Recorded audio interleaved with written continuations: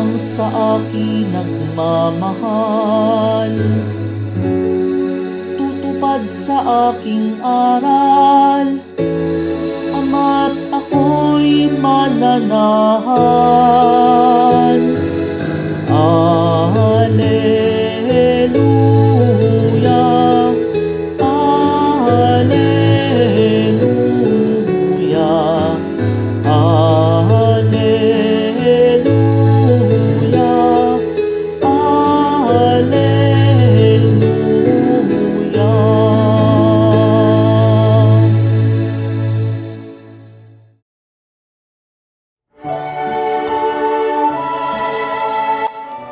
Ang pagbasa ng mabuting balita ng Panginoon ayon kay San Marcos. Noong panahong iyon, lumapit ang isa sa mga eskriba kay Jesus at tinanong siya, "Alin pong utos ang pinakamahalaga?" Sumagot si Jesus, "Ito ang pinakamahalagang utos. Pakinggan mo, Israel. Ang Panginoon na ating Diyos, siya lamang ang Panginoon. Ibigin mo ang Panginoon mong Diyos ng buong puso, ng buong kaluluwa, ng buong pag-iisip, at ng buong lakas. Ito naman ang pangalawa. Ibigin mo ang iyong kapwa gaya ng iyong sarili. Wala nang ibang utos na hihigit pa sa mga ito." "Tama po, guro," wika ng eskriba. "Totoo ang sinabi ninyo. Iisa ang Diyos at wala nang iba liban sa Kanya. At ang umibig sa Kanya ng buong puso, buong pag-iisip, at buong lakas, at ang umibig sa kapwa gaya ng kanyang sarili ay higit na mahalaga kaysa magdala ng lahat ng handog na susunugin at ng iba pang mga hain." Nakita ni Jesus na matalino ang kanyang sagot. Kaya't sinabi niya, "Malapit ka nang mapabilang sa mga pinaghaharian ng Diyos." At wala nang nangahas magtanong kay Jesus mula noon. Ang mabuting balita ng Panginoon. Unahin po natin yung sa first reading. Natatandaan niyo po ba kung mula sa anong libro ng Biblia galing ang first reading? Yes, Deuteronomo. At alam niyo po sa Book of Deuteronomy, o Deuteronomo, ay doon po nakasaad ang mga batas na ibinigay ni Moises sa mga Israelita. Alam niyo po mga Hudyo kung saan ang ating Panginoong Hesukristo ay isang Hudyo, kagaya ng mga apostoles. Sila ay mga Hudyo during that time. Hindi pa sila Christian noon, kaya wala pang Christian. No, tayo mga Christian, bunga tayo ng ang mga Hudyo during that time. Dahil iisa ang Diyos ng mga Hudyo, si Yahweh. No? At ang kanilang relihiyon ay nakatindig sa dalawang poste. Malalaking poste ito. Pag giniba mo yan, ay hindi natatayo yung Judaism. Dalawang poste yon. Ano yon? Yung una, yung batas. At pangalawa, ay yung mga propeta. No? Kaya nga, itong mga batas na nanggaling kay Moises, ilan nga ba yung 10 utos? Pag hindi nyo pa naman alam, sinabi ko na nga 10. 10 utos, no? Di ba yung sinasabi? Pero alam nyo ba yung 10 nag-multiply yan? No? Paano mo ipapakita halimbawa yung keep the Sabbath holy? Para sa mga Hudyo, yung batas na keep the Sabbath holy ay manganganak ng iba yon. No, kung sino ang pwedeng magsimba, ano ang gagawin mo bago magsimba, ano ang susuotin mo sa bed, di dumami na. So, umabot yan ng 6,000 plus. Yung 10, umabot ng mga 6,000 plus. Ngunit, yung 10, no, na 10 utos, at by the way sana memorize ninyo yung 10 Commandments. Anuhin nyo lang, balikan nyo lang uli sa Biblia, the Ten Commandments. Dapat memorize natin yan dahil kung hindi mo memorize, paano mo magagawa? Hindi mo nga alam. So, alamin po mo natin yan para ma-practice natin. Ngunit, yung ika nga buod na iniwan ni Moises sa kanila na mamaya, maririnig natin, Jesus will pick it up in the gospel, ay yung Shema. Itong Shema ay parang ama namin sa atin. Kahit na sinong Hudyo, they can recite it kahit natutulog yung Shema. They have to recite it every day. No, yun yung kanilang dasal. At naririto yun sa first reading from Deuteronomy. Dinggin mo, Israel, ang Panginoong ating Diyos ay siya lamang Panginoon. Ibigin mo ang Panginoon mong Diyos ng buong puso, kaluluwa at lakas. At ang utos niya ay itanim mo sa iyong isip. That is the Old Testament, lumang tipang version, mula kay Moises mismo. So, but doon pa lamang makikita mo, ano nga bang mahalaga sa ating pamamanata o ating pagsamba sa Diyos? No? Yung mas mahalaga ba doon yung halimbawa ay alam mo na, yung mga gawain natin, Nodobena, Magno-Rosaryo, madami tayong mga ganon. Lagi tayong magsisimba tuwing linggo. Ang dami na rin tayong mga Kristiyano, Katoliko, marami na din tayong mga gawain. Pero kung ano talaga ang mas mahalaga, kagaya ng tanong sa Ebanghelyo, then sinabi na rin dito. Ano? Sample? Sige nga po. Oo, quiz. O ano yung narinig ninyo kanina doon?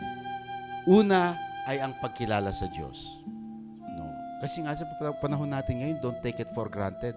May mga tao, may mga kabataan na ang pamumuhay nila ay para bang walang Diyos. No? Parang walang, tinan mo, ang mga security guard o yung mga tao, takot yan sa CCTV. So, wag tayo dito, may CCTV, nakikita tayo. Pero kapag nasa dilim, gagawin nila lahat as if walang CCTV. Pero hindi na alam kung sinong nakatingin sa kanila. Hindi sila tatakot sa Diyos, mas takot sila sa CCTV. Kita mo yon? And that's why ang una, ang sinabi niya ay, Israel, ang Panginoong ating Diyos ay siya lamang Panginoon. Anong ibig sabihin? Number one, that He exists, na merong Panginoon. So, huwag kayong maniniwala sa mga tao na as if akala mo modern sila dahil, walang Diyos naman sa akin, wala akong relihiyon, wala akong ano. Ay, actually, sige, bahala na rin tayo. Kawawa ka naman pagdating sa kabila, tapos natagpuan mo meron pala, no? Something ganon. So, yung mga bata, nasubukan nyo na ba yun? Pumasok kayo, pagkatapos, pagdating nyo doon ay may quiz pala, akala mo wala. Anong feeling? Ang sama, no? Huling-huli ka. Paano kapag ganon? Akala mo walang Diyos, pagkatapos yung pala, merong Diyos. Patay kang bata ka, di ba? So, yun ang una. Ang Panginoon, ang Diyos, at siya lamang Panginoon. Number 2 ay pag-ibig. Na ibigin ang Diyos. And if mahal natin ang Diyos, kasama na rin dun yung ating respeto sa Kanya, yung takot natin sa Kanya, yung pagsamba natin sa Kanya, yung pagsunod natin sa Kanya.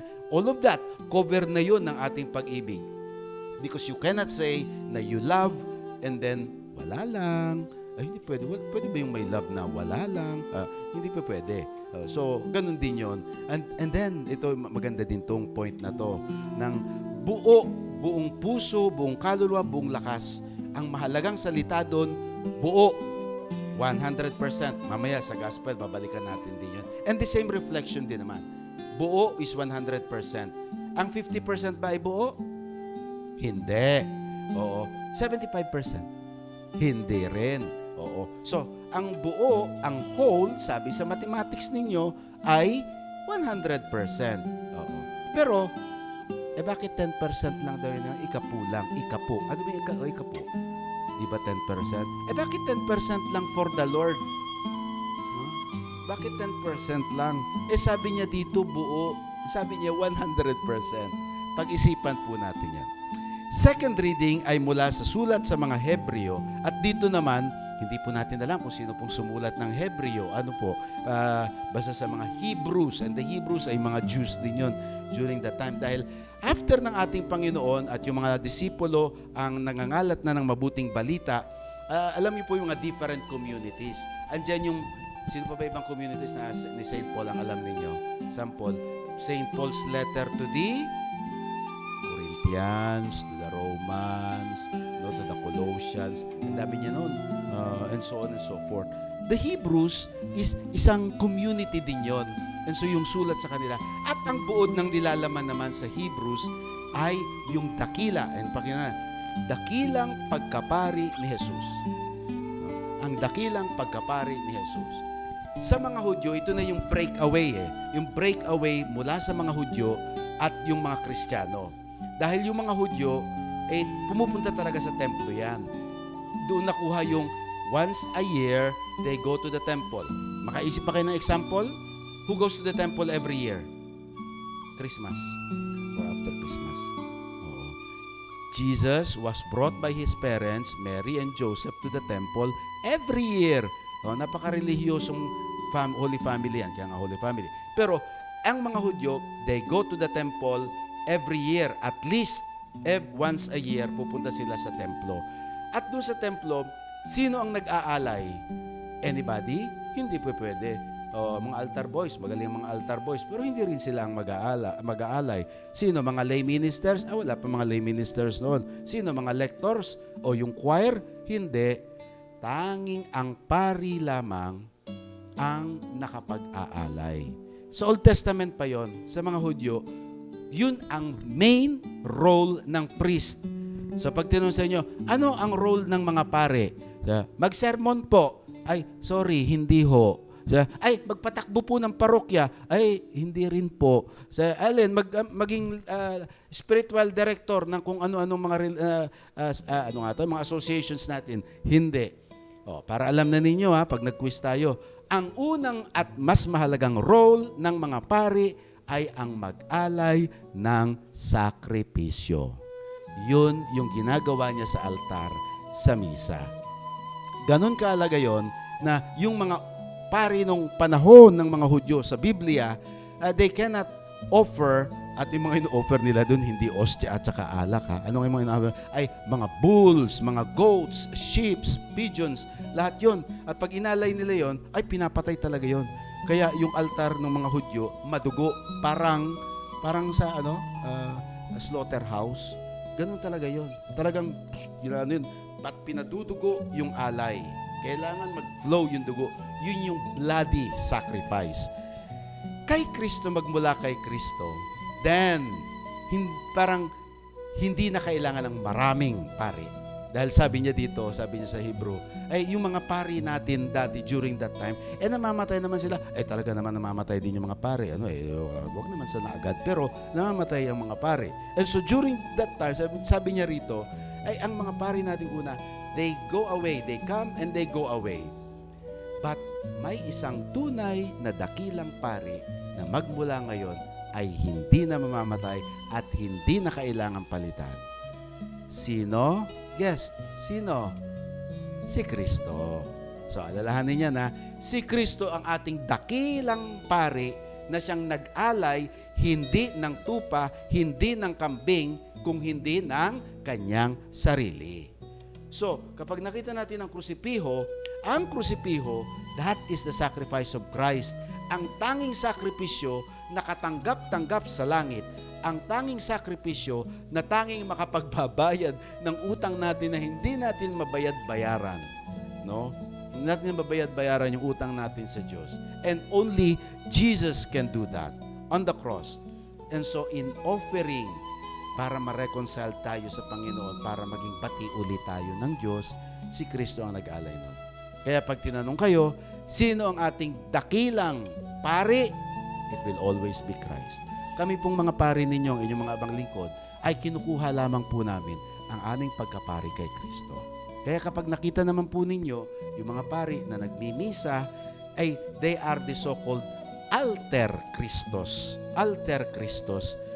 Kaya pwede niyang sabihin ng pari doon, ito ang aking katawan, tanggapin ninyo ito at kanin. Pero sinasabi niyo hindi ganyan kanya.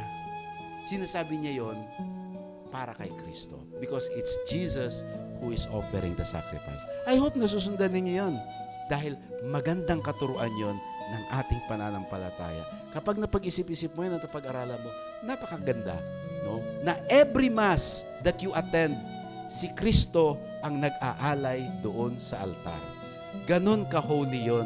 Kaya nga pagdating sa parte na yun ng misa, kaya tayo dapat lumuluhod at hindi tingin kung ano-anong ginagawa. Dahil yung part na yun ng misa, sa consecration, is when Jesus, as a priest and as the victim, offering the sacrifice to the Father. Now, doon naman tayo sa reading from Saint Mark chapter 12. Then, yung tanong nga sa kanya ng mga eskriba. Sino ba itong mga eskriba? Ano ang tawag? Taga-scribe? Ano? Ganun ba yun? Hindi. Yung scribe, well, from your school, you might know, the scribes are those who can write. During that time, hindi lahat ng tao read and write. But the scribes, may mga skriba, ay mga pinag-aralan yun.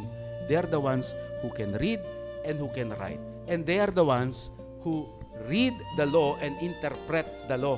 Yun yung mga lawyers during that time. At ang law nila during that time are both religious, first and foremost, and also civil. And so, nung tinanong nga siya, sa dami-dami ng mga batas, ano ang mas mahalaga? O yung ba yung 10 Commandments 1, 10 Commandments 5, yung sa parents, 10 Commandments kung ano, tungkol sa pakikiapid. And the Lord says, no, none of those. Because yun, they will come automatically if you do the most important and the greatest commandment, and that is, again, yung tawag dun sa prayer na yon, Shema. No? Shema. Na nagsasabing, ang Panginoon, pakinggan mo o Israel, hear o Israel, ang Panginoon na ating Diyos, siya lamang ang Panginoon. Ibigin mo ang Panginoon mong Diyos ng buong puso, buong kaluluwa, buong pag-iisip at buong lakas. So, kung fraction ito, ano ang common denominator uli? Buo. No? So, ano maunawaan natin yun. And so, yung diskriba, he got it, sabi niya, yes, tama nga naman. So, sincere sa kanyang ano. And don't forget, yung unang sinabi dito ng Shema, it always starts with, hear, O Israel. Pakinggan mo, O Israel. Dahil, di ba, gano'n naman tayo, yung mga magulang natin. Hindi ka kasi nakikinig eh. Kung hindi ka nakikinig, sabi ng mga guro, you will never understand. You will never know. So, it's very important para sa ating mga Kristiyano, para po sa ating lahat, that we always hear. Maingay na ang ating mundo, maingay na ang social media. Lagi tayong may mga earphone, no, kaya hindi natin marinig. At noise cancelling pa, no? But the Lord is saying, hear. Makinig muna tayo. Because ang boses ng Panginoon nasa katahimikan, sa kapayapaan, and yet, yun yung boses na totoo. So, sana matuto rin po tayo makinig sa Diyos sa boses niya at pakinggan natin kung anong nais niya. At higit sa lahat, maialay natin ang ating sarili. Buong buo, 100% sa ating Panginoon. Magmahal sa Diyos at magmahal sa kapwa. Paano magmahal? Next episode. God bless you all.